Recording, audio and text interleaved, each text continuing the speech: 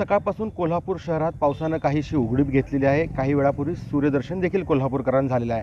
मात्र पश्चिम घाट माथ्यावरती जोरदार असा पाऊस कोसळतोय। परिणामी पंचगंगा नदीसह जिल्ह्यातील सर्वच नद्या या दुथडी भरून वाहताना पाहायला मिळतात। हे पंचगंगेचं पात्र आहे आणि या सगळ्या घाट परिसरात असणारी मंदिरं आता पाण्याखाली जाऊ लागलेली आहेत।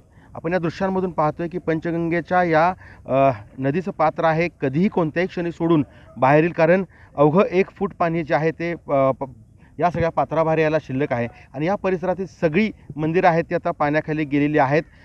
दुसरीकडे पाहिलं तर पश्चिम घाट माथ्यावर देखील मुसळधार असा पाऊस कोसळतोय। फ्री कॅचमेंट एरियामध्ये जो पाऊस कोसळतोय त्यामुळे नद्यांच्या पाणीपातळीत वाढ होताना आपल्याला दिसून येते। 28 फुटांच्या वरती सध्या पंचगंगा नदी आहे ती वाहताना आपल्याला दिसून येते आणि पश्चिम घाट माथ्यावरती आजही ऑरेंज अलर्ट आहे तो दिलेला आहे। त्या पार्श्वभूमीवरती जिल्हा प्रशासनाच्या वतीनं सतर्कतेचा इशारा जो आहे तो दिलेला आहे। कोल्हापुरात एनडीआरएफची टीम देखील दाखल झालेली आहे, त्यासोबत आपत्ती व्यवस्थापनाचे जवान देखील दाखल झालेले आहेत आणि या सगळ्यांना अलर्ट राहण्याच्या सूचना आहेत त्या जिल्हा आपत्ती व्यवस्थापन पथकाला आहे ते दिल्याचं आपल्याला पाहायला मिळतं आहे। सत्यजाऊनकर, लोकशाही मराठी, कोल्हापूर।